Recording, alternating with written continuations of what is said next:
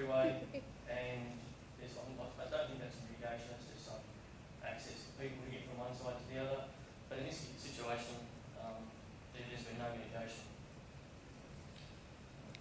Other linear kind of landscape elements are utility easements. This is a power line easement. A really simple mitigation thing here is they've actually allowed trees to grow in the gully lines underneath the power lines where there's enough room to be able to do that. And so trees and shrubs, and that allows the movement of quite a number of different species.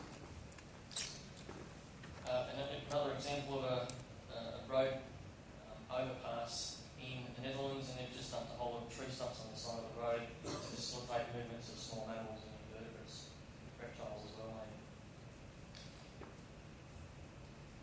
Wildlife detection system, so signs that actually light up when an animal is detected. Ed just spoke about those as well.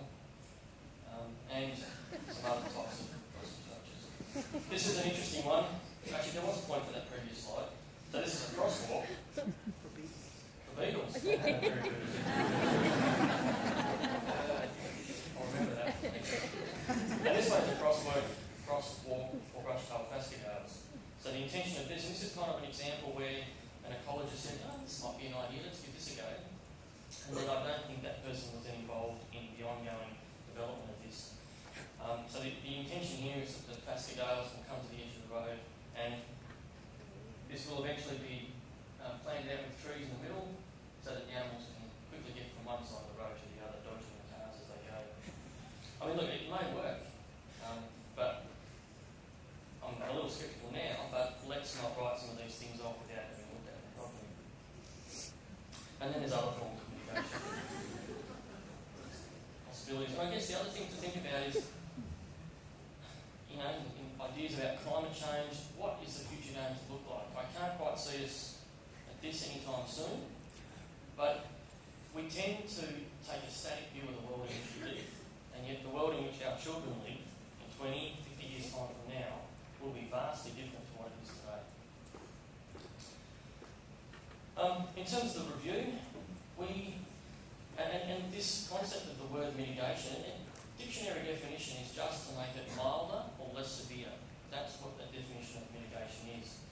And as I said, we focused on reducing mortality and increasing connectivity. And I guess the question is really to what extent do we want to make it milder or less severe? And so the questions are, to what extent are crossing structures used? How are they effective on the fencing? And my main question and sort of thought as I was doing this review was not about, I want to prove that these things don't work, but rather, how confident can we be that we are doing enough? Because if we're putting mitigation structures in today, and we put 5 in per kilometre, whatever the number is, if we come back in 10 years and say, actually, we need to put in 20 in, we need to have the data to be able to support that, some of those decision-making. So, in terms of the difference between use and effectiveness is having a definite or desired effect, while use is just a noun, which is the state of something that's being used. For the review, we had a review of all the international literature that we could find. It included aquatic, which is a bi-yearly international conference on ecology and transportation meetings that they have.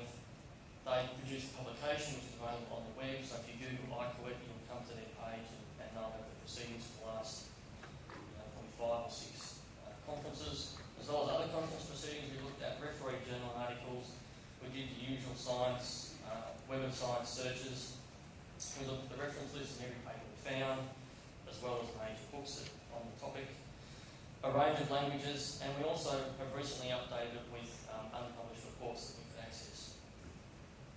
All in all, we found 123. It included all of the referee scientific papers in these languages, as well as most of the Dutch, German, French, and Spanish and Australian reports, and some, I'm guessing only a very small selection of the North American reports.